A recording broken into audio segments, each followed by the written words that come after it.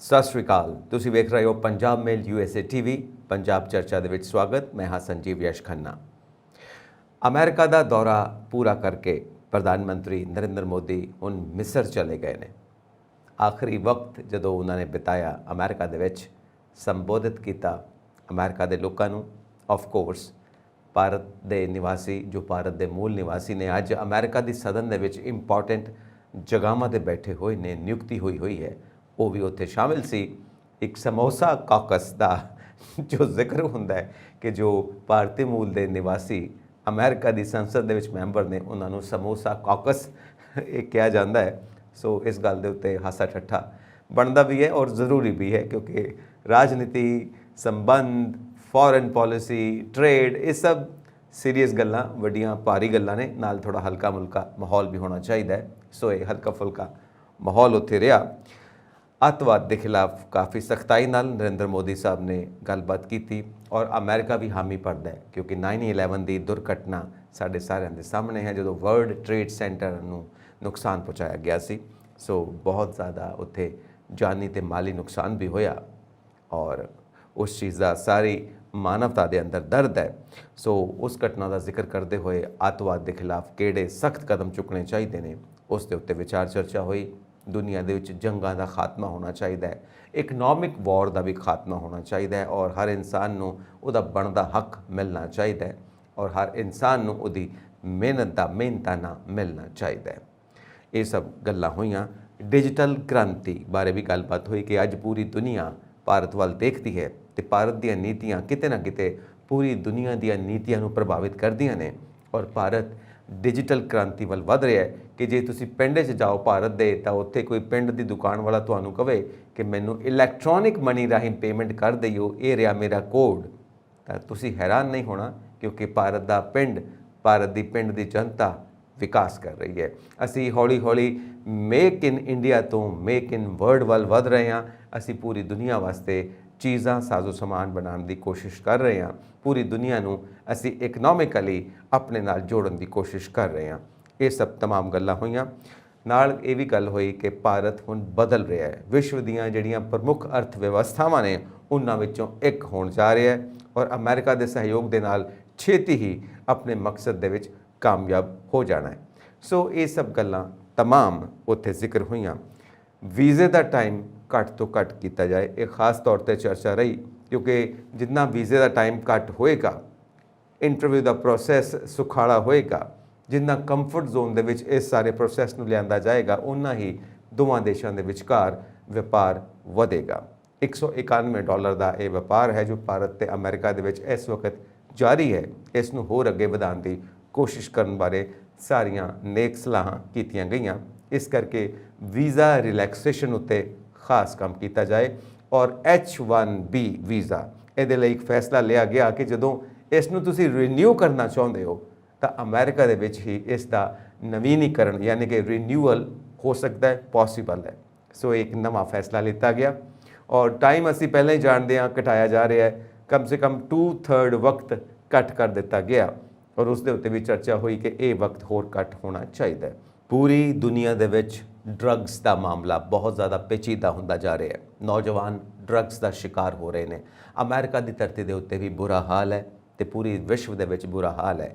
Drugs ਦੇ ਉੱਤੇ ਰੋਕਥਾਮ ਕਿੱਦਾਂ ਕੀਤੀ ਜਾਏ, ਇਸ ਬਾਰੇ ਵੀ ਨਵੇਂ ਕਾਨੂੰਨ ਕਿੱਦਾਂ ਬਣਾਏ ਜਾਣ ਤਾਂ ਦੁਨੀਆ ਦੀ ਸਾਰੀ ਪੁਲਿਸ, ਸਾਰੀ ਸਿਕਿਉਰਿਟੀ ਮਿਲ ਕੇ ਆਪਸ ਦੇ ਵਿੱਚ ਕਿਸ ਤਰ੍ਹਾਂ ਕੰਮ ਕਰ ਸਕਦੀ ਹੈ, ਇਸ ਖੇਤਰ ਦੇ ਵਿੱਚ ਇਹ ਵੀ ਚਰਚਾ ਹੋਈ। ਸਮਗਲਿੰਗ ਬਹੁਤ ਜ਼ਿਆਦਾ ਵੱਧ ਗਈ ਹੈ। ਦੁਨੀਆ ਦੇ ਵੱਖ-ਵੱਖ ਕੋਨਿਆਂ ਵਿੱਚੋਂ ਕੀਮਤੀ ਮੂਰਤੀਆਂ, ਕੀਮਤੀ ਜਾਇਦਾਦਾਂ ਜੋ ਪੁਰਾਤਨ ਨੇ ਉਹ ਸਮਗਲ ਕਰਕੇ ਸਮਗਲਰਸ ਦੁਨੀਆ ਦੇ ਵੱਖ-ਵੱਖ ਕੋਨਿਆਂ ਵਿੱਚ ਮੰਡੀਆਂ ਵਿੱਚ ਜਾ ਕੇ ਵੇਚਦੇ ਨੇ। ਉਸ ਦੇ ਉੱਤੇ ਵੀ ਚਰਚਾ ਹੋਈ ਕਿ ਕਿਵੇਂ ਰੋਕਥਾਮ ਕੀਤੀ ਜਾਏ। ਜਦੋਂ ਅੰਗਰੇਜ਼ਾਂ ਦਾ ਰਾਜ ਸੀ ਭਾਰਤ ਦੇ ਉੱਤੇ ਉਦੋਂ ਭਾਰਤ ਦਾ ਬਹੁਤ ਸਾਰਾ ਖਜ਼ਾਨਾ ਅੰਗਰੇਜ਼ ਆਪਣੇ ਨਾਲ ਲੈ ਗਏ। ਬ੍ਰਿਟੇਨ, ਕੋਹਿਨੂਰ ਹੀਰਾ, ਤਖਤੇ ਤਾਊਸ, ਹੋਰ ਵੀ ਬਹੁਤ ਕੁਝ ਜਿਨ੍ਹਾਂ ਨੂੰ ਵਾਪਸ ਲਿਆਉਣ ਬਾਰੇ ਭਾਰਤ ਸਰਕਾਰ ਗੱਲ ਕਰ ਰਹੀ ਹੈ ਅੰਗਰੇਜ਼ ਸਰਕਾਰ ਦੇ ਨਾਲ। ਠੀਕ ਉਸੇ ਤਰ੍ਹਾਂ ਭਾਰਤ ਵਿੱਚੋਂ ਕਈ ਮੂਰਤੀਆਂ ਮੰਦਰਾਂ ਵਿੱਚੋਂ, ਅਜਾਇਬ ਘਰਾਂ ਵਿੱਚੋਂ ਸਮਗਲ ਹੋ ਕੇ ਅਮਰੀਕਾ ਦੀਆਂ ਮੰਡੀਆਂ ਵਿੱਚ ਵੀ ਪਹੁੰਚੀਆਂ ਨੇ। ਉਹਨਾਂ ਮੂਰਤੀਆਂ ਨੂੰ ਕਿੱਦਾਂ ਵਾਪਸ ਲਿਆਂਦਾ ਜਾਵੇ ਔਰ ਭਾਰਤ ਸਰਕਾਰ ਨੂੰ ਅਮਰੀਕਾ ਦੀ ਸਰਕਾਰ ਉਹ ਮੂਰਤੀਆਂ ਵਾਪਸ ਕਰ ਰਹੀ ਹੈ, ਇਸ ਦੇ ਲਈ ਥੈਂਕਸ ਵੀ ਕੀਤਾ ਹੈ। ਸੋ ਹੁਣ ਗੱਲ ਇੱਥੇ ਆਉਂਦੀ ਹੈ ਕਿ ਪੂਰਾ ਵਿਸ਼ਵ ਇਸ ਵਾਰ ਭਾਰਤ ਵੱਲ ਤੇ ਅਮਰੀਕਾ ਵੱਲ ਵੇਖ ਰਿਹਾ ਹੈ ਕਿ ਦੁਨੀਆ ਦੀਆਂ ਦੋ ਸਭ ਤੋਂ ਵਧੀਆ ਲੋਕਤੰਤਰ ਦੀਆਂ ਸਰਕਾਰਾਂ, ਅਮਰੀਕਾ ਸਭ ਤੋਂ ਪੁਰਾਣੀ ਲੋਕਤੰਤਰ ਔਰ ਭਾਰਤ ਸਭ ਤੋਂ ਵੱਡੀ ਲੋਕਤੰਤਰ ਮਿਲ ਕੇ ਦੁਨੀਆ ਦੇ ਸਾਹਮਣੇ ਕਿਹੜੀ ਉਦਾਹਰਨ ਪੇਸ਼ ਕਰਨ ਜਾ ਰਹੀਆਂ ਨੇ, ਇਹ ਸਾਰੀ ਗੱਲਬਾਤ ਹੋਈ। ਸੋ ਮਿੱਤਰਤਾ ਦੇ ਵਿੱਚ ਇਹ ਬਹੁਤ ਵਧੀਆ ਸੰਬੰਧ ਰਿਹਾ ਹੈ ਔਰ ਪ੍ਰਧਾਨ ਮੰਤਰੀ ਮੋਦੀ ਜਦੋਂ ਗਏ ਨੇ ਭਾਰਤ ਤੋਂ ਤਾਂ ਅਮਰੀਕਾ ਦੇ ਵਿੱਚ ਬਾਈਡਨ ਸਾਹਿਬ ਵਾਸਤੇ, ਫਸਟ ਲੇਡੀ ਵਾਸਤੇ ਤੋਹਫੇ ਵੀ ਲੈ ਕੇ ਗਏ ਨੇ। ਫਸਟ ਲੇਡੀ ਨੂੰ ਇੱਕ ਹੀਰਾ ਉਹਨਾਂ ਨੇ ਸਨਮਾਨ ਵਜੋਂ ਪੇਂਟ ਕੀਤਾ ਤੇ ਪੰਜਾਬ ਦਾ ਦੇਸੀ ਘਿਓ ਵੀ ਲੈ ਕੇ ਗਏ, ਉੱਤਰਾਖੰਡ ਦੇ ਚੌਲ ਵੀ ਲੈ ਕੇ ਗਏ, ਉਪਨਿਸ਼ਦ ਉਹਨਾਂ ਦਾ ਸੰਗ੍ਰਹਿ ਵੀ ਲੈ ਕੇ ਗਏ, ਪੁਰਾਤਨ ਮੂਰਤੀਆਂ ਵਿੱਚ ਇੱਕ ਖੂਬਸੂਰਤ ਮੂਰਤੀ ਵੀ ਲੈ ਕੇ ਗਏ। ਯਾਨੀ ਕਿ ਭਾਰਤ ਦੇ ਸੱਭਿਆਚਾਰ ਨੂੰ ਇੱਕ ਛੋਟੇ ਜਿਹੇ ਬਾਕਸ ਦੇ ਵਿੱਚ ਪਾ ਕੇ ਢੇਰ ਸਾਰਾ ਪਿਆਰ ਭਾਰਤ ਵੱਲੋਂ ਬਾਈਡਨ ਸਾਹਿਬ ਵਾਸਤੇ, ਫਸਟ ਲੇਡੀ ਵਾਸਤੇ, ਪੂਰੇ ਅਮਰੀਕਾ ਵਾਸਤੇ ਲੈ ਕੇ ਗਏ। ਕਿਉਂਕਿ ਇਹ ਇੱਕ ਸੌਫਟ ਪਾਵਰ ਹੈ ਜਿਸ ਨੂੰ ਅਸੀਂ ਇਸਤੇਮਾਲ ਕਰਦੇ ਹਾਂ। ਉਹ ਸੌਫਟ ਪਾਵਰ ਹੈ ਸਾਡਾ ਸੱਭਿਆਚਾਰ ਜੋ ਫੋਰਨ ਪਾਲਿਸੀ ਦਾ ਹਿੱਸਾ ਰਹਿੰਦਾ ਹੈ। ਸੌਫਟ ਪਾਵਰ ਇੱਕ ਰੋਲ ਅਦਾ ਕਰਦਾ ਹੈ ਕਿ ਕਿੱਦਾਂ ਹਾਰਡ ਪਾਵਰ ਨੂੰ ਕੰਟਰੋਲ ਕਰਨਾ, ਕਿਉਂਕਿ ਅਸੀਂ ਸੰਵੇਦਨਾ ਨੂੰ ਛੇੜਦੇ ਹਾਂ, ਅਸੀਂ ਪਿਆਰ ਮੁਹੱਬਤ ਨੂੰ ਛੇੜਦੇ ਹਾਂ ਤੇ ਨਾਲ ਆਪਣੀਆਂ ਨੀਤੀਆਂ ਵੀ ਸਾਹਮਣੇ ਰੱਖਦੇ ਹਾਂ। ਮਿਲ ਕੇ ਪੂਰੀ ਦੁਨੀਆ ਕਿੱਦਾਂ ਵਿਕਾਸ ਕਰ ਸਕਦੀ ਹੈ। ਸੋ ਇੱਕ ਬਹੁਤ ਵਧੀਆ ਕਦਮ ਹੈ ਜੋ ਭਾਰਤ ਸਰਕਾਰ ਤੇ ਅਮਰੀਕਾ ਦੀ ਸਰਕਾਰ ਨੇ ਚੁੱਕਿਆ ਤੇ ਹੁਣ ਪ੍ਰਧਾਨ ਮੰਤਰੀ ਮੋਦੀ ਮਿਸਰ ਦੇ ਦੌਰੇ ਤੇ ਨੇ। ਹੋਪਫੁਲੀ ਉੱਥੋਂ ਵੀ ਵਧੀਆ ਨਤੀਜੇ ਸਾਹਮਣੇ ਆਉਣਗੇ। ਤੇ ਹੁਣ ਅਸੀਂ ਵੱਧਦੇ ਹਾਂ ਆਪਣੇ ਭਾਰਤ ਦੇ ਮੁੱਦਿਆਂ ਤੇ, ਆਪਣੇ ਪੰਜਾਬ ਦੇ ਮੁੱਦਿਆਂ ਤੇ। ਮੇਰੇ ਨਾਲ ਸਟੂਡੀਓਜ਼ ਦੇ ਵਿੱਚ ਮੌਜੂਦ ਨੇ political analyst Manjeet Singh ji. Welcome to Punjab ਚਰਚਾ ਮਨਜੀਤ ਜੀ। ਬਹੁਤ ਬਹੁਤ ਧੰਨਵਾਦ ਜੀ। ਮਨਜੀਤ ਜੀ, ਇਹ ਜੋ ਸਾਰਾ ਭਾਣਾ ਵਾਪਰ ਰਿਹਾ ਹੈ ਇਹਦੇ ਪਿੱਛੇ ਕੀ ਕਾਰਨ ਹੋ ਸਕਦਾ ਹੈ? ਮੈਨੂੰ ਹਾਸਾ ਇਸ ਕਰਕੇ ਆ ਰਿਹਾ ਕਿ ਬੜਾ ਮਤਲਬ ਤਰਲੋ ਮੱਛੀ ਹੋਣ ਡਏ ਨੇ ਸਾਰੇ ਜਾਣੇ। ਵਿਪਕਸ਼ ਕਹਿੰਦਾ ਪਟਨਾ ਦੇ ਵਿੱਚ ਕਿ ਹੁਣ ਚੁਣੌਤੀ ਦੇਣ ਦਾ ਸਮਾਂ ਆ ਗਿਆ ਸਨ 2024 ਦੀਆਂ ਇਲੈਕਸ਼ਨਸ ਦੇ ਵਿੱਚ, ਜੇ ਇਸ ਵਾਰ ਨਾ ਕਰ ਸਕੇ ਤਾਂ ਫਿਰ ਕਦੀ ਵੀ ਨਹੀਂ ਕਰ ਸਕਾਂਗੇ। ਔਰ ਮੋਦੀ ਸਾਹਿਬ ਨੂੰ, ਬੀਜੇਪੀ ਨੂੰ ਕੜੀ ਚੁਣੌਤੀ ਦੇਣੀ ਹੈ। ਇਸ ਵਾਰ ਉਹਨਾਂ ਨੂੰ ਸੱਤਾ 'ਚ ਨਹੀਂ ਆਉਣ ਦੇਣਾ। ਇਸ ਵਾਰ ਅਸੀਂ ਸੱਤਾ ਚਾਹਾਂਗੇ ਤੇ ਸਾਡਾ ਆਪਣਾ ਪ੍ਰਧਾਨ ਮੰਤਰੀ ਹੋਏਗਾ। ਸਤਿਆਪਾਲ ਮਲਿਕ ਪਹਿਲਾਂ ਹੀ ਕਹਿ ਚੁੱਕੇ ਨੇ ਜੇ ਇਸ ਵਾਰ ਬੀਜੇਪੀ ਤੇ ਮੋਦੀ ਸਾਹਿਬ ਰਿਪੀਟ ਹੁੰਦੇ ਨੇ ਤਾਂ ਫਿਰ ਭੁੱਲ ਜਾਓ ਕਿ ਤੁਸੀਂ ਕਦੇ ਇਲੈਕਸ਼ਨਸ ਦੇ ਵਿੱਚ ਵੋਟਾਂ ਪਾਓਗੇ, ਕਿਉਂਕਿ ਇਹਨਾਂ ਨੇ ਕਹਿਣਾ ਕਿ ਹੁਣ ਇਲੈਕਸ਼ਨਸ ਕਰਵਾਉਣ ਦੀ ਲੋੜ ਹੀ ਨਹੀਂ ਹੈ, ਸਾਡਾ ਹੀ ਕਬਜ਼ਾ ਹੋ ਗਿਆ ਹਮੇਸ਼ਾ ਵਾਸਤੇ। ਇਹ तमाम ਤਰ੍ਹਾਂ ਦੀਆਂ ਗੱਲਾਂ, ਇਹ ਚਰਚੇ ਚੱਲਦੇ ਪਏ ਨੇ ਸੋਸ਼ਲ ਮੀਡੀਆ ਤੇ, ਤਾਂ ਖਾਸ ਕਰਕੇ ਆਮ ਤੌਰ ਤੇ ਲੋਕਾਂ ਦੇ ਵਿੱਚ ਵੀ ਇਹੀ ਚਰਚਾ ਬਣੀ ਹੋਈ ਹੈ। ਤਾਂ ਆਪਾਂ ਸਭ ਤੋਂ ਪਹਿਲਾਂ ਗੱਲ ਕਰਾਂਗੇ ਕਿ ਜਿਹੜਾ ਪਟਨਾ ਦੇ ਵਿੱਚ ਵਿਰੋਧੀ ਧਿਰਾਂ ਨੇ ਇੱਕ ਸਮਾਗਮ ਕੀਤਾ, ਸਲਾਹ ਮਸ਼ਵਰਾ ਕੀਤਾ ਤੇ ਕੇਜਰੀਵਾਲ ਸਾਹਿਬ ਵੀ ਉੱਥੇ ਆਪਣੀ ਗੱਲ ਕਰਦੇ ਨੇ, ਨਿਤਿਸ਼ ਕੁਮਾਰ ਜੀ ਵੀ ਆਪਣੀ ਗੱਲ ਕਰਦੇ ਨੇ। ਕੇਜਰੀਵਾਲ ਸਾਹਿਬ ਤੇ ਆਪਣੇ ਆਰਡੀਨੈਂਸ ਦੀ ਵੀ ਗੱਲ ਕਰਦੇ ਨੇ ਕਿ ਜੇ ਦਿੱਲੀ ਸਰਕਾਰ ਦੇ ਸਾਰੇ ਅਧਿਕਾਰ ਖੋ ਕੇ ਐਲਜੀ ਨੂੰ ਦੇ ਦਿੱਤੇ ਗਏ ਤਾਂ ਫਿਰ ਇਹ ਤਜਰਬਾ ਬਾਕੀ ਸਟੇਟਾਂ ਦੇ ਵਿੱਚ ਵੀ ਹੋਏਗਾ, ਉੱਥੇ ਵੀ ਸਾਰੇ ਅਧਿਕਾਰ ਖੋ ਕੇ ਦੇ ਦਿੱਤੇ ਜਾਣਗੇ ਗਵਰਨਰਸ ਨੂੰ, ਉਪ ਰਾਜਪਾਲ ਹੋਰਾਂ ਨੂੰ, ਤੇ 33 ਰਾਜਪਾਲ ਤੇ ਉਪ ਰਾਜਪਾਲ ਮਿਲ ਕੇ ਸਾਰੇ ਦੇਸ਼ ਨੂੰ ਚਲਾਉਣਗੇ, ਸਾਰੀ ਸੈਂਟਰ ਦੇ ਕੋਲ ਪਾਵਰ ਚਲੀ ਜਾਣੀ ਹੈ। ਇਹ तमाम ਕਿੱਸੇ ਹੁੰਦੇ ਪਏ ਨੇ। ਆਪਾਂ ਸ਼ੁਰੂਆਤ ਕਰਦੇ ਹਾਂ ਜੋ ਸਮਾਗਮ ਹੋਇਆ ਹੈ, ਜੋ ਚਰਚਾ ਹੋਈ ਹੈ ਪਟਨਾ ਸਾਹਿਬ ਦੇ ਵਿੱਚ, ਨਿਤਿਸ਼ ਕੁਮਾਰ ਜੀ ਨੇ ਸਾਰਿਆਂ ਨੂੰ ਸੱਦਿਆ, ਉੱਥੇ ਕੀ ਗੱਲ ਹੋ ਨਿਬੜੀ ਹੈ ਮਨਜੀਤ ਜੀ? ਹਾਂ, ਇਹ ਨਿਤਿਸ਼ ਕੁਮਾਰ ਦੇ ਘਰੇ ਗੱਲਬਾਤ ਹੋਈ ਹੈ। ਉਹ 15-16 ਪਾਰਟੀਆਂ ਉੱਥੇ ਇਕੱਠੀਆਂ ਹੋਈਆਂ। ਮੈਨੂੰ ਲੱਗਦਾ ਸਾਰੇ ਹੀ ਸਿਰਕੱਢ ਲੀਡਰ ਲੈਫਟ ਦੇ ਵਿੱਚੋਂ CPI, CPM, ਉੱਥੇ ਸੀਤਾਰਾਮ ਜੈਚਰੀ ਸੀ, ਡੀ ਰਾਜਾ ਸੀਗਾ, ਫਿਰ ਇਸੇ ਤਰੀਕੇ ਨਾਲ CPI ML ਲਿਬਰੇਸ਼ਨ, ਉਹ ਵੀ ਇੱਕ ਪਾਰਟੀ ਹੈਗੀ ਹੈ ਬਿਹਾਰ ਦੇ ਵਿੱਚ, ਉਹਨਾਂ ਦਾ ਵਜੂਦ ਹੈ, ਇਲੈਕਸ਼ਨ ਲੜਦੇ ਆ, ਹੋਰ ਜਗ੍ਹਾ ਵੀ ਇਲੈਕਸ਼ਨ ਲੜਦੇ ਆ, ਪੰਜਾਬ 'ਚ ਵੀ ਹੈਗੇ ਆ, ਤੇ ਉਹਨਾਂ ਦੇ ਲੀਡਰ ਵੀ ਉੱਥੇ ਮੌਜੂਦ ਸੀਗੇ। ਫਿਰ ਵੈਸਟਰਨ ਭਾਰਤ ਵਿੱਚੋਂ ਦੇਖੋ ਸ਼ਿਵ ਸੈਨਾ, ਉद्धਵ ਠਾਕਰੇ ਵਾਲੀ, ਔਰ ਦੂਸਰੇ NCP ਸ਼ਰਦ ਪਵਾਰ ਹੁਣੀ ਇੱਥੇ ਪਹੁੰਚੇ ਹੋਏ ਸੀਗੇ। ਇਸੇ ਤਰੀਕੇ ਨਾਲ ਤੁਸੀਂ ਹੋਰ ਲਾ ਲਓ ਕਿ ਸਾਊਥ ਵਿੱਚ ਜੇ ਚਲੇ ਜਾਈਏ ਤੇ ਉੱਥੋਂ ਸਟਾਲਿਨ, DMK ਵਾਲੇ, ਜਾਂ ਉਹਨਾਂ ਦੇ ਸਟਾਲਿਨ ਆਏ ਹੋਏ ਸੀਗੇ, ਖੁਦ ਹੀ ਆਏ ਸੀਗੇ। ਕਸ਼ਮੀਰ ਦੇ ਵਿੱਚੋਂ ਉਮਰ ਅਬਦੁੱਲਾ ਆਇਆ ਸੀ, ਮਹਿਬੂਬਾ ਮੁਫਤੀ ਆਏ ਹੋਏ ਸੀਗੇ, TMC ਦੇ ਵਿੱਚੋਂ ਮਮਤਾ ਬੈਨਰਜੀ ਆਈ ਹੋਈ ਸੀ। ਇਨ ਐਨੀ ਕੇਸ ਤੇ ਬਿਹਾਰ ਦੇ ਵਿੱਚੋਂ ਜਿਹੜੇ ਹੋਸਟ ਸੀ, ਖਾਸ ਜਿਹੜੀ ਪ੍ਰੈਜ਼ੈਂਸ ਸੀ, ਉਹ ਲਾਲੂ ਪ੍ਰਸਾਦ ਯਾਦਵ ਦੀ RJD, ਤੇ JDU ਜਿਹੜਾ ਉਹਨਾਂ ਦੇ ਵਿੱਚੋਂ ਪ੍ਰੈਜ਼ੈਂਟ ਸੀਗੇ ਨਿਤਿਸ਼ ਕੁਮਾਰ ਐਜ਼ ਹੋਸਟ। ਇਸੇ ਤਰੀਕੇ ਨਾਲ ਯੂਪੀ ਜਿਹੜਾ ਸਭ ਤੋਂ ਵੱਡਾ ਸੂਬਾ ਹੈ, ਉਹਦੇ ਚੋਂ ਅਖਿਲੇਸ਼ ਯਾਦਵ ਜੀ ਆਪਣੇ ਸਪਾ ਚੋਂ ਪ੍ਰੈਜ਼ੈਂਟ ਸੀ, ਹਾਲਾਂਕਿ ਜਿਹੜੀ ਬਸਪਾ ਉੱਥੇ ਨਹੀਂ ਸੀ। ਬਾਕੀ ਲਾ ਲਓ ਤੁਸੀਂ ਦਿੱਲੀ ਚੋਂ, ਦਿੱਲੀ ਦੇ ਵਿੱਚੋਂ ਕੁਦਰਤੀ ਆਏ ਸੀਗੇ ਆਪਣੇ ਕੇਜਰੀਵਾਲ ਜੀ, ਤੇ ਪੰਜਾਬ ਤੋਂ ਭਗਵੰਤ ਮਾਨ ਹੁਣੀ ਉਹਨਾਂ ਦੇ ਨਾਲ ਪਹੁੰਚੇ ਹੋਏ ਸੀ। ਹੋਰ ਵੀ ਰਾਘਵ ਚੱਡੇ ਦੀ ਵੀ ਉੱਥੇ ਫੋਟੋ ਦਿਖੀ, ਇਹਦਾ ਮਤਲਬ ਪਟਨਾ ਚ ਉਹ ਵੀ ਉਹਨਾਂ ਦੇ ਨਾਲ ਹੀ ਉਸ ਵੇਲੇ ਚੱਲੇ ਹੋਏ ਸੀ, ਪਹੁੰਚੇ ਹੋਏ ਸੀ, ਇੱਕ ਦਿਨ ਪਹਿਲਾਂ ਚਲੇ ਗਏ ਸੀ। ਇਸੇ ਤਰੀਕੇ ਨਾਲ ਝਾਰਖੰਡ ਤੋਂ ਸ਼ਿਬੂ ਸੋਰਨ ਦੇ ਜਿਹੜੇ ਬੇਟੇ, ਮੇਰੇ ਖਿਆਲ ਇਹਨਾਂ ਦਾ ਨਾਮ ਹੈ ਪੂਰਾ ਨਹੀਂ ਜਾਣਦਾ, ਸੋਰਨ ਭੁੱਲ ਗਿਆ ਮੈਨੂੰ, ਤੇ ਉਹ ਵੀ ਆਏ ਹੋਏ ਸੀ, ਉਹਨਾਂ ਨੇ ਉੱਥੇ ਐਡਰੈਸ ਵੀ ਕੀਤਾ। ਤੁਸੀਂ ਹੋਰ ਮੇਰੇ ਕੋਲ ਕੋਈ ਗੱਲ ਰਹਿ ਵੀ ਗਿਆ ਹੋ ਸਕਦਾ ਕਿਸੇ ਦਾ ਨਾਮ, ਪਰ ਮੋਟੇ ਮੋਟੇ ਇਹ ਨਾ ਵੱਡੀਆਂ ਪਾਰਟੀਆਂ ਤਕਰੀਬਨ 15-16 ਪਾਰਟੀਆਂ ਸੀਗੀਆਂ। ਮੈਨੂੰ ਅੱਜ ਸਵੇਰੇ ਹੀ ਕੋਈ ਇੰਟਰਵਿਊ ਤੇ ਕਰ ਰਿਹਾ, ਜਿਹੜੀ ਮੈਨੂੰ ਨਹੀਂ ਸੁੱਝੀ ਕਿ ਅਕਾਲੀ ਦਲ ਉੱਥੇ ਨਹੀਂ ਸੀ। ਇਹ ਇੱਕ ਆਪਣੇ ਆਪ ਚ ਹੈਰਾਨੀ ਦੀ ਗੱਲ ਆ ਕਿ ਅਕਾਲੀ ਦਲ ਜਦ ਕਿ ਤੋੜ ਵਿਛੋੜਾ ਬੀਜੇਪੀ ਨੂੰ ਕਰ ਗਿਆ ਹੋਵੇ, ਤੇ ਇਹਨਾਂ ਦੇ ਪ੍ਰੋਗਰਾਮ ਦੇ ਪਹਿਲੀਆਂ ਲਾਈਨਾਂ, ਪਾਰਟੀ ਦਾ ਪ੍ਰੋਗਰਾਮ ਜਿਹੜਾ ਪ੍ਰੋਗਰਾਮ ਹੈ ਪਾਰਟੀ ਦਾ, ਉਹਦੇ ਚ ਪਹਿਲੀਆਂ ਲਾਈਨਾਂ ਸੰਵਿਧਾਨ ਦੇ ਵਿੱਚ ਲਿਖੀਆਂ ਹੋਈਆਂ ਪ੍ਰੋਗਰਾਮ ਚ ਕਿ ਦੇਖੋ ਅਸੀਂ ਸੰਘੀ ਢਾਂਚੇ ਨੂੰ ਮਜ਼ਬੂਤ ਕਰਨ ਵੱਲ ਖਾਸ ਧਿਆਨ ਦੇਵਾਂਗੇ, ਤੇ ਘੱਟ ਗਿਣਤੀਆਂ ਦਾ ਤੇ ਹੈ ਹੀ ਆ, ਉਹ ਤੇ ਉਹਨਾਂ ਦਾ ਬੇਸਿਕ ਡਿਊਟੀ ਵੀ ਬਣਦੀ ਆ। ਐਗਜ਼ੈਕਟਲੀ ਜਦੋਂ ਇਹ ਸਾਰੀਆਂ ਪਾਰਟੀਆਂ ਇੰਨਾ ਹੀ ਗੱਲਾਂ ਦੇ ਉੱਤੇ ਇਕੱਠੀਆਂ ਹੋਈਆਂ ਸੀ, ਤੇ ਕੀ ਕਾਰਨ ਸੀਗੇ, ਜਾਂ ਕੀ ਉਹਨਾਂ ਤੇ ਦਬਾਅ ਸੀ, ਜਾਂ ਡਰ ਸੀ, ਜਾਂ ਰੱਬ ਜਾਣੇ ਕਿ ਉਹਨਾਂ ਨੂੰ ਕਿਹੜੀ ਪਤਾ ਨਹੀਂ ਹੁਣ ਲੱਗਦਾ ਸਾਨੂੰ ਪੰਜਾਬ ਦੇ ਵਿੱਚ। ਮੈਨੂੰ ਇਸ ਗੱਲ ਦੀ ਹੈਰਾਨੀ ਹੋਈ ਹੈ ਕਿ ਉਹਨਾਂ ਦਾ ਉੱਥੇ ਕੋਈ ਵੀ ਨੁਮਾਇੰਦਾ ਨਾਮ ਤੇ ਨਹੀਂ ਸੀ, ਨਾਲੇ ਹਾਲਾਂਕਿ ਇਹ ਮੀਟਿੰਗ ਹੋਈ ਵੀ ਪਟਨਾ ਸਾਹਿਬ ਦੇ ਵਿੱਚ ਸੀ, ਜਿੱਥੇ ਸਾਡੇ ਇੱਕ ਤਖਤ ਹੈਗੇ ਆ। ਖੈਰ ਚਲੋ, ਇਹ ਤੇ ਹੁਣ ਹੌਲੀ ਹੌਲੀ ਗੱਲ ਨਿਕਲ ਕੇ ਬਾਹਰ, ਜਦੋਂ ਵਿਰੋਧੀ ਪਾਰਟੀਆਂ ਪੁੱਛਣਗੀਆਂ ਤੇ ਕਿਵੇਂ ਕੀਤਾ ਇਹਨਾਂ ਨੇ। ਤੁਹਾਨੂੰ ਪਤਾ ਜਨਤਾ ਪਾਰਟੀ ਵਾਲੇ ਵੀ ਇਹ ਮਰਜ ਨਹੀਂ ਸੀ ਹੋਏ, ਬਾਕੀ ਬੀਜੇਪੀ ਹੋਰ ਕਈ ਪਾਰਟੀਆਂ ਉਦੋਂ ਮਰਜ ਹੋ ਕੇ ਜਨਤਾ ਪਾਰਟੀ 77 ਚ ਬਣੀ ਸੀਗੀ। ਕੁਛ ਤੇ ਅਲੱਗ ਹੋ ਸਕਦਾ ਪਹਿਲੀ ਮੀਟਿੰਗ ਤੋਂ ਬਾਅਦ ਅਗਲੀ ਮੀਟਿੰਗ ਚ ਇਹ ਵੀ ਸ਼ਾਮਲ ਹੋ ਜਾਣ। ਮੈਂ ਇੱਕ ਨਿੱਕੀ ਗੱਲ ਕਰਕੇ ਫਿਰ ਤੁਹਾਡਾ ਸਵਾਲ ਮੈਂ ਲਊਂਗਾ। ਇਹ ਜਿਹੜੀ ਮੀਟਿੰਗ ਹੋਈ, ਜਿੰਨੇ ਬੰਦਿਆਂ ਦੇ ਮੈਂ ਨਾਂ ਲਿਆ ਜੀ, ਉਮਰ ਅਬਦੁੱਲਾ, ਮਹਿਬੂਬਾ ਮੁਫਤੀ ਤੋਂ ਲੈ ਕੇ ਸਟਾਲਿਨ ਤੱਕ, ਸਾਊਥ ਤੱਕ, ਇਹ ਸਾਰੇ ਬੰਦੇ ਕੋਈ ਐਉਂ ਨਹੀਂ ਕਿ ਇੱਕ ਦੂਜੇ ਦੇ ਨਾਲ ਕਦੀ ਇੱਕ ਦੂਜੇ ਦੇ ਵਿਰੁੱਧ ਲੜੇ ਨਹੀਂ। ਲੜੇ ਕੀ ਕਿ ਜਿਹੜੀ ਜਿਸ ਤਰ੍ਹਾਂ ਖੁੱਚਾਂ ਤੇ ਮਾਰੀ ਦੀਆਂ ਨਾ, ਮਤਲਬ ਜੋ ਵੀ ਵੱਧ ਤੋਂ ਵੱਧ ਤੁਸੀਂ ਤਿੱਖੇ ਸ਼ਬਦਾਂ ਦੇ ਨਾਲ ਵਾਰ ਕਰ ਸਕਦੇ ਆ, ਇਸ ਤਰ੍ਹਾਂ ਇਹ ਪਾਰਟੀਆਂ ਆਪਸ ਵਿੱਚ ਵੀ ਇੱਕ ਦੂਜੇ ਦੀ ਵਿਰੋਧਤਾ ਰਾਜਨੀਤਿਕ ਕਰਦੀਆਂ ਰਹੀਆਂ। ਉਹਦੇ ਬਾਵਜੂਦ ਵੀ ਉਹਨਾਂ ਨੂੰ ਇੱਕ ਗੱਲ ਸਮਝ ਪੈ ਗਈ ਸੰਜੀਵ ਜੀ, ਕਿ ਜੇ ਹੁਣ ਦੀ ਘੜੀ ਅਸੀਂ ਇਕੱਠੇ ਨਹੀਂ ਹੁੰਦੇ ਤੇ ਕਹਿ ਤੇ ਇਹ ਰਹੇ ਆ ਕਿ ਸੰਵਿਧਾਨ ਨੂੰ ਵੀ ਖਤਰਾ, ਡੈਮੋਕ੍ਰੇਸੀ ਨੂੰ ਵੀ ਖਤਰਾ, ਦੇਸ਼ ਦੀ ਅਖੰਡਤਾ ਨੂੰ ਵੀ ਖਤਰਾ। ਇਹ ਆਪਣੇ ਆਪ ਚ ਠੀਕ ਹੈ ਗੱਲਾਂ, ਇਹ ਉਹਨਾਂ ਦਾ, ਪਰ ਉਹਨਾਂ ਨੂੰ ਆਪਣੀ ਹੋਣ ਦਾ ਵੀ ਖਤਰਾ, ਜਿਹੜੀ ਸਭ ਤੋਂ ਵੱਡੀ ਗੱਲ ਆ।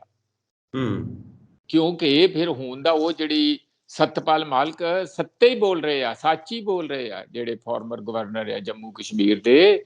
ਫਿਰ ਜੇ 2024 ਚ ਤੀਜੀ ਵਾਰੀ ਰਿਪੀਟ ਇਹੀ ਸੋਚ ਤੇ ਇਹੀ ਪਾਰਟੀ ਹੋ ਕੇ ਜਿੱਤ ਜਾਂਦੀ ਹੈ, ਮੰਨ ਲਓ, ਤਾਂ ਫਿਰ ਰਿਪੀਟ ਹੋ ਜਾਂਦੀ ਹੈ, ਤਾਂ ਫਿਰ ਇਹ ਭੁੱਲ ਜਾਓ ਕਿ ਦੁਬਾਰਾ ਚੋਣਾਂ, ਕਿਉਂਕਿ ਉਹਨਾਂ ਨੇ ਇਹੀ ਕਹਿਣਾ ਕਿ ਚੋਣਾਂ ਦੀ ਕੀ ਲੋੜ ਹੈ, ਕਾਹਨੂੰ ਖਰਚਾ ਕਰਦੇ ਆ। ਇਹ ਮੇਰਾ ਵੀ ਮੰਨਣਾ ਇਹੀ ਆ ਜੀ। ਫਿਰ ਉਹ ਇੰਨਾ ਕੁ ਕਬਜ਼ਾ ਕਰ ਜਾਣਗੇ, ਇੰਨੀ ਕੁ ਉਹਨਾਂ ਦੀ ਹਿੰਮਤ ਵੱਧ ਜੂਗੀ, ਤੇ ਇੰਨੀ ਕੁ ਹਿੰਮਤ ਵਿਰੋਧੀ ਪਾਰਟੀਆਂ ਦੀ ਪਸਤ ਹੋ ਜੂਗੀ ਕਿ ਫਿਰ ਦੁਬਾਰਾ ਮੁਕਾਬਲੇ 'ਚ ਵੱਡੇ ਪੱਧਰ ਤੇ ਉਤਰਨਾ ਪਾਰਟੀਆਂ ਵੱਲੋਂ ਤੇ ਮੁਸ਼ਕਲ ਹੋਊਗਾ, ਜਨਤਾ ਭਾਵੇਂ ਉਤਰੂਗੀ ਇੱਕ ਨਾ ਇੱਕ ਦਿਨ ਵਿੱਚ। ਉਹ ਫਿਰ ਇੱਕ ਲੰਬਾ ਸਫ਼ਰ, ਲੰਬਾ ਜਰਨੀ ਹੋਊਗਾ, ਜਿਹਦੇ 'ਚ ਮੁਸ਼ਕਲਾਤਾਂ ਹੋਣਗੀਆਂ। ਮੈਂ ਇੱਕ ਲਾਸਟ ਗੱਲ ਜ਼ਰੂਰ ਕਹਾਂ, ਕੇਜਰੀਵਾਲ ਹੋਣਾ ਦੀ, ਜਦੋਂ ਇਹ ਸਾਰੀਆਂ ਪਾਰਟੀਆਂ ਜਿਹੜੀਆਂ ਇੱਕ ਦੂਜੇ ਨੂੰ ਵੱਢੂ ਖਾਊ ਕਰਦੀਆਂ ਸੀਗੀਆਂ, ਇੱਕ ਦੂਜੇ ਦੀਆਂ ਖੂਨ ਦੀਆਂ ਪਿਆਸੀਆਂ ਵੀ ਸੀ, ਰਾਜਨੀਤੀ ਐਵੇਂ ਨਹੀਂ ਲੜਾਈ ਯੁੱਧ, ਉਹ ਬੜਾ ਤਿੱਖਾ ਯੁੱਧ ਹੁੰਦਾ ਜੀ, ਤੇਜ਼ ਧਾਰ ਤਲਵਾਰ ਤੇ ਚੱਲਣ ਵਾਲਾ ਹੁੰਦਾ।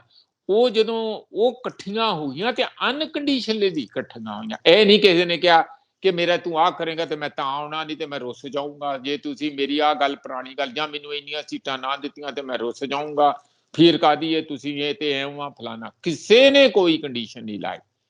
ਉਹਨਾਂ ਨੇ ਫੈਸਲਾ ਹੀ ਇਸ ਗੱਲ ਦਾ ਕੀਤਾ ਕਿ ਅਸੀਂ 2024 ਦੀਆਂ ਚੋਣਾਂ 'ਚ ਇਕੱਠੇ ਹੋਵਾਂਗੇ, ਸਾਂਝੇ ਤੌਰ ਤੇ ਲੜਾਂਗੇ, ਆਪਣੀਆਂ ਵੋਟਾਂ ਜਾਣੀ ਵੰਡਣ ਨਹੀਂ ਦਿਆਂਗੇ। ਔਰ ਅਸੀਂ ਇਹ ਜਿਹੜਾ ਦੇਸ਼ ਦਾ ਸੰਵਿਧਾਨ ਤੇ ਦੇਸ਼ ਦੀ ਡੈਮੋਕ੍ਰੇਸੀ ਨੂੰ ਖਤਰਾ ਹੋਇਆ ਤੇ ਦੇਸ਼ ਨੂੰ ਤੋੜਨ ਦੇ ਵੱਲ ਕਦਾਰ ਤੇ ਪਹੁੰਚਾਇਆ ਹੋਇਆ, ਉਸ ਨੂੰ ਅਸੀਂ ਜੋੜਨ ਵੱਲ ਤੇ ਇਸੇ ਤਰ੍ਹਾਂ ਦਾ ਦੇਸ਼ ਜਿਵੇਂ ਹੁਣ ਹੈ ਇਸ ਨੂੰ ਬਚਾ ਕੇ ਰੱਖਣ ਦਾ ਲਈ ਵਚਨਬੱਧ ਆ। ਇਹ ਗੱਲਾਂ ਹੋਈਆਂ। ਇੱਕ ਗੱਲ ਉਹਨਾਂ ਨੂੰ ਹੋਰ ਸਮਝ ਪਈ ਸੰਜੀਵ ਜੀ, ਜਿਹੜੀ ਬੜੀ ਇੰਪੋਰਟੈਂਟ ਆ, ਕਿ 34% ਤੇ ਵੋਟਾਂ ਬੀਜੇਪੀ ਨੇ ਲੈ ਕੇ 303 ਸੀਟਾਂ ਲੈ ਲਈਆਂ ਜੀ, ਤੇ 66% ਜਿਨ੍ਹਾਂ ਨੇ ਵੋਟਾਂ ਲਈਆਂ ਉਹ ਘਰੇ ਬੈਠੇ ਰਹਿ ਗਏ, ਉਹ ਖਦੇੜੇ ਗਏ। ਉਹਨਾਂ ਤੇ ਈਡੀ ਹਮਲੇ ਕਰਦੀ ਰਹੀ, ਕਦੀ ਉਹਦੇ ਤੇ ਚੜਾਤੀ ਈਡੀ, ਕਦੀ ਉਹਦੇ ਤੇ ਚੜਾਤੀ। ਉਹਨਾਂ ਨੂੰ ਲੱਗਾ ਕਿ ਸਾਡੇ ਵਰਗਾ ਮੂਰਖ ਕਿਹੜਾ ਕਿ ਵੋਟਾਂ ਉਹਨਾਂ ਨਾਲੋਂ ਦੁੱਗਣੀਆਂ ਲੈ ਲੀਆਂ, ਜਾਨੀ ਵੋਟਾਂ ਬੀਜੇਪੀ ਨਾਲੋਂ ਦੁੱਗਣੀਆਂ ਸਾਡੀਆਂ, ਤੇ ਬੈਠੇ ਅਸੀਂ ਬਾਹਰ ਆ, ਸੱਤਾ ਤੋਂ ਬਾਹਰ ਬੈਠੇ ਆ, ਉਹ ਸਾਡੇ ਦੀ ਹਿੱਕ ਤੇ ਮੂੰਗ ਦਲ ਰਹੇ ਆ। ਇਸ ਲਈ ਇਹਨਾਂ ਨੂੰ ਇੰਨੀ ਕੁ ਅਕਲ ਆ ਗਈ ਵੀ ਇੱਕੋ ਕੰਮ ਕਰੋ, ਬਾਕੀ ਸਾਰੇ ਮਤਭੇਦ ਰੱਖੋ, ਵੀ ਐਤਕੀ ਵੋਟਾਂ ਨਹੀਂ ਵੰਡਣ ਦੇਣੀਆਂ। ਹੁਣ ਕੇਜਰੀਵਾਲ ਹੋਣਾ ਨੂੰ ਵੀ ਸੰਜੀਵ ਜੀ ਇਸੇ ਹੀ ਸੋਚ ਦੇ ਨਾਲ ਜਾਣਾ ਚਾਹੀਦਾ।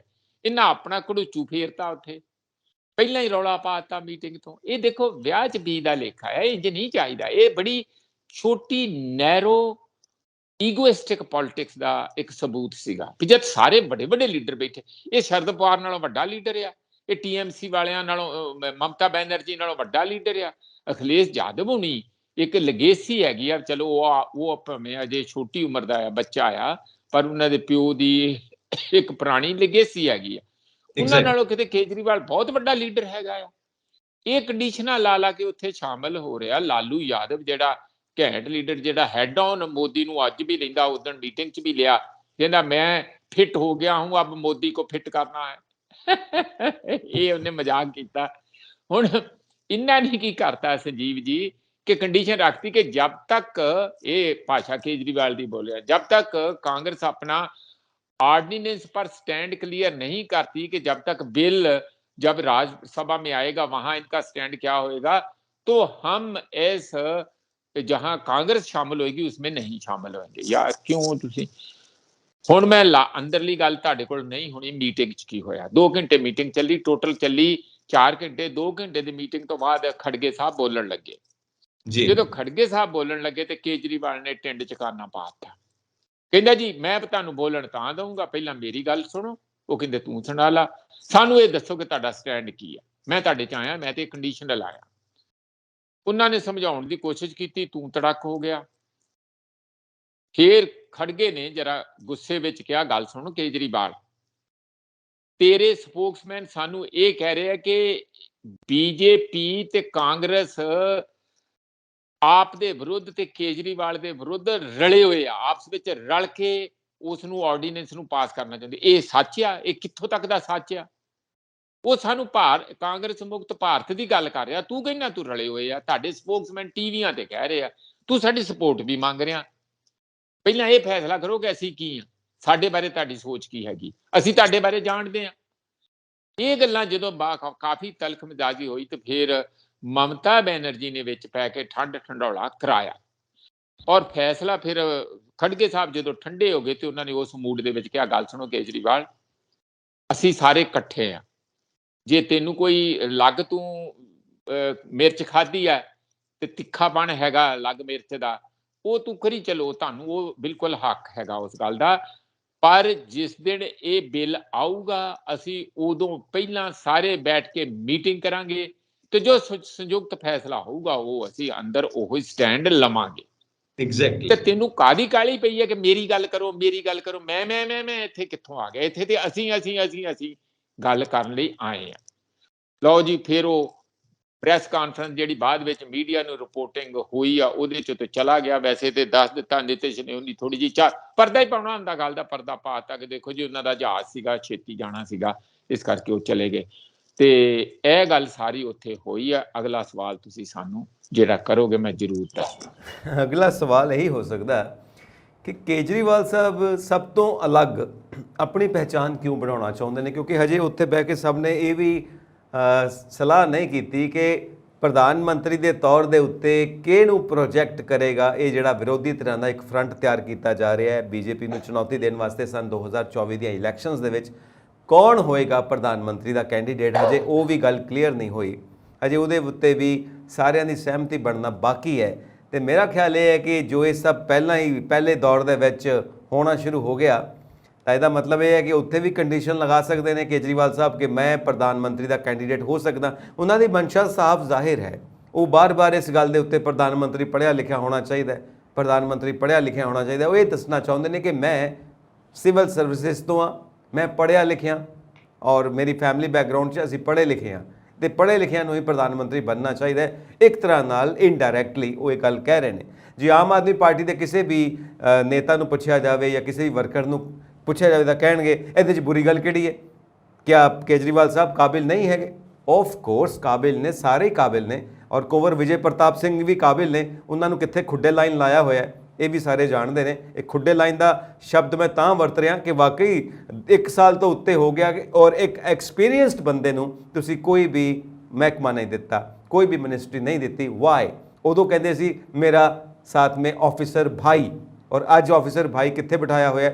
ਇਹ ਵੀ ਗੱਲ ਸਾਹਮਣੇ ਆਉਂਦੀ ਹੈ ਕਿ ਇੱਕ ਹੋਰ ਕਾਬਿਲ ਬੰਦਾ ਤੁਹਾਡੀ ਪਾਰਟੀ 'ਚ ਹੈ, ਤੁਹਾਡੇ ਕੋਲ ਉਹ ਬਰਦਾਸ਼ਤ ਨਹੀਂ ਹੁੰਦਾ ਕਿ ਉਹਦਾ ਕੱਦ ਤੁਹਾਡੇ ਤੋਂ ਉੱਤੇ ਨਾ ਹੋ ਜਾਏ ਜਾਂ ਤੁਹਾਡੇ ਬਾਕੀ ਵਰਕਰਸ ਤੋਂ, ਬਾਕੀ ਨੇਤਾਵਾਂ ਤੋਂ, ਬਾਕੀ ਲੀਡਰਸ ਤੋਂ, ਬਾਕੀ ਮਿਨਿਸਟਰਸ ਤੋਂ ਉੱਤੇ ਨਾ ਹੋ ਜਾਏ। ਤੁਹਾਨੂੰ ਇਸ ਗੱਲ ਦਾ ਡਰ ਹੈ? ਕਿਸ ਗੱਲ ਦਾ ਡਰ ਹੈ? ਇੱਕ ਕਾਬਿਲ ਬੰਦੇ ਨੂੰ ਤੁਸੀਂ ਬਾਹਰ ਕੱਢ ਕੇ ਬਿਠਾਇਆ ਹੋਇਆ ਔਰ ਇਹ ਗੱਲ ਵੀ ਸਾਹਮਣੇ ਆਉਂਦੀ ਹੈ। ਜੀ ਮਨਜੀਤ ਜੀ। ਹਾਂ ਬਿਲਕੁਲ ਸੰਜੀਵ ਜਸ ਖੰਨਾ ਜੀ, ਜੇ ਪੜ੍ਹਾਈ ਹੀ ਇੱਕ ਕ੍ਰਾਈਟੇਰੀਆ ਆ ਤੇ ਭਗਵੰਤ ਮਾਨ ਕਿੰਨਾ ਪੜ੍ਹਿਆ? ਬਿਲਕੁਲ, ਫਿਰ ਤੇ ਚੀਫ ਮਿਨਿਸਟਰ ਹੋਣਾ ਹੀ ਨਹੀਂ ਸੀ ਚਾਹੀਦਾ। ਐਗਜ਼ੈਕਟਲੀ। ਫਿਰ ਤੇ ਸਭ ਤੋਂ ਵੱਧ ਪੜ੍ਹੇ ਨੂੰ ਬਣਾਉਂਦੇ। ਉਹ ਜਿਹੜੇ ਸਭ ਤੋਂ ਵੱਧ ਪੜ੍ਹੇ ਸੀ ਤੇ ਉਹਦੀ ਤੇ ਮਿਨਿਸਟਰੀ ਵੀ ਖੋਹ ਲਈ ਨਿੱਜਰ ਸਾਹਿਬ ਦੀ। ਉਹ ਤੇ ਡਾਕਟਰ ਆ, ਪੜ੍ਹੇ ਲਿਖੇ ਆ।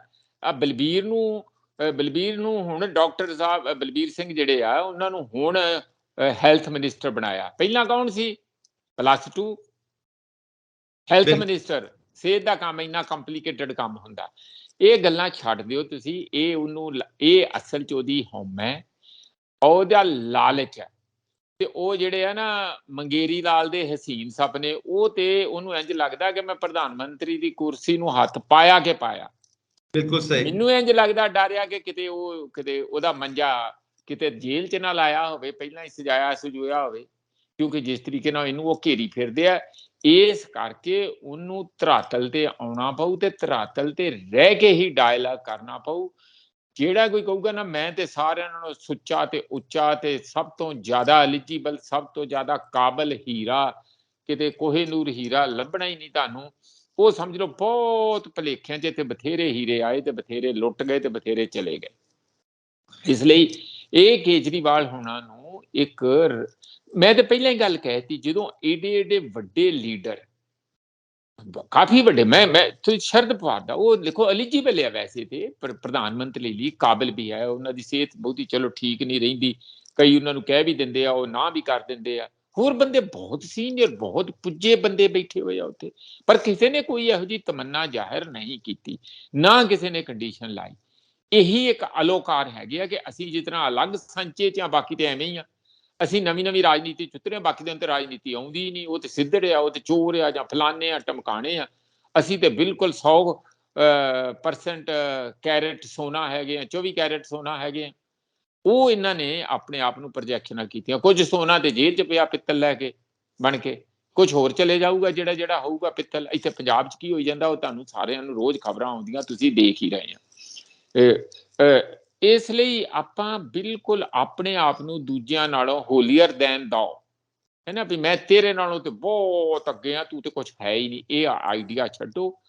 ਜਿੱਦਣ ਕੁਹਾੜਾ ਚੱਲਦਾ, ਜਿੱਦਣ ਇਹਨਾਂ ਨੂੰ ਤਾਂ ਹੁਣ ਤੇ ਸਮਝਣਾ ਚਾਹੀਦਾ। ਸੰਜੀਵ ਜਸ ਖੰਨਾ ਜੀ, ਕਿਵੇਂ ਅੰਦਰ ਸਿਸੋਦੀਏ ਨੂੰ ਬਿਠਾਇਆ, ਕਿਵੇਂ ਸਤਿੰਦਰ ਜੈਨ ਨੂੰ ਬਿਠਾਇਆ, ਸਮਝ ਨਹੀਂ ਪੈਂਦੀ ਇਹਨਾਂ ਨੂੰ ਜੀ। ਕਿ ਜਿੱਦਣ ਉਹਨਾਂ ਨੇ ਗਿੱਚੀਓਂ ਫੜਨਾ, ਸਾਰਾ ਤੇਰਾ ਜਿਹੜਾ ਪੜ੍ਹਾਈ ਪੜੂਈ ਜਿਹੜੀ ਆ ਚੁਸਤੀ ਕੱਢ ਦੇਣੀ ਆ, ਉਸ ਨੂੰ ਸਮਝੋ ਤੁਸੀਂ। ਇਹ ਸਾਰੀਆਂ ਪਾਰਟੀਆਂ ਸਮਝ ਰਹੀਆਂ, ਇਹ ਨਹੀਂ ਸਮਝ ਰਹੇ ਕਿ ਮੈਨੂੰ ਨਹੀਂ ਕੁਝ ਹੋ ਸਕਦਾ। ਕਿਉਂ ਨਹੀਂ ਹੋ ਸਕਦਾ ਬਈ? ਕਿਉਂਕਿ ਤੁਸੀਂ ਜ਼ਿਆਦਾ ਸੱਚੇ ਸੁੱਚੇ ਉੱਚੇ ਆ, ਇਹਨਾਂ ਗੱਲਾਂ ਨੂੰ ਕੋਈ ਨਹੀਂ ਪੁੱਛਦਾ। ਸਭ ਤੋਂ ਜ਼ਿਆਦਾ ਛੇਤੀ ਸੱਚੇ ਉੱਚੇ ਸੁੱਚੇ ਨੂੰ ਹੀ ਹੱਥ ਪਾਉਣ ਦੀ ਲੋੜ ਹੁੰਦੀ ਹੈ। ਇਹ ਕੇਜਰੀਵਾਲ ਖੁਦ ਵੀ ਇਹੋ ਹੀ ਕਰਦਾ। ਜਿਹੜੇ ਸਭ ਤੋਂ ਵਧੀਆ ਬੰਦੇ ਉਹਨੇ ਚੱਕ ਕੇ ਕੰਨੋਂ ਬਾਹਰ ਮਾਰਦਾ, ਕਿਉਂਕਿ ਇਹਨੂੰ ਪਤਾ ਲੱਗਦਾ ਕਿ ਇਹ ਮੈਨੂੰ ਕੱਲ ਨੂੰ ਚੁਣੌਤੀ ਦਊਗਾ।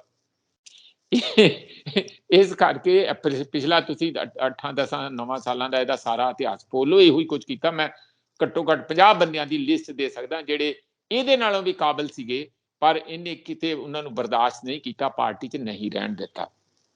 ਬਿਲਕੁਲ ਹੁਣ ਸਹੀ ਗੱਲ। ਸੰਜੀਵ ਦੱਸ ਖੰਨਾ ਜੀ, ਮੇਰੀ ਬੇਨਤੀ ਇਹੀ ਹੈ ਕਿ ਇਹ ਅਜੇ ਪਹਿਲੀ ਮੀਟਿੰਗ ਹੋਈ ਆ, ਉਹਦੇ 'ਚ ਕੋਈ ਪ੍ਰੋਗਰਾਮੈਟਿਕ ਗੱਲਾਂ ਤੈਅ ਨਹੀਂ ਹੋਈਆਂ, ਕੋਈ ਕਾਮਨ ਮਿਨੀਮਮ ਪ੍ਰੋਗਰਾਮ ਨਹੀਂ ਹੈ।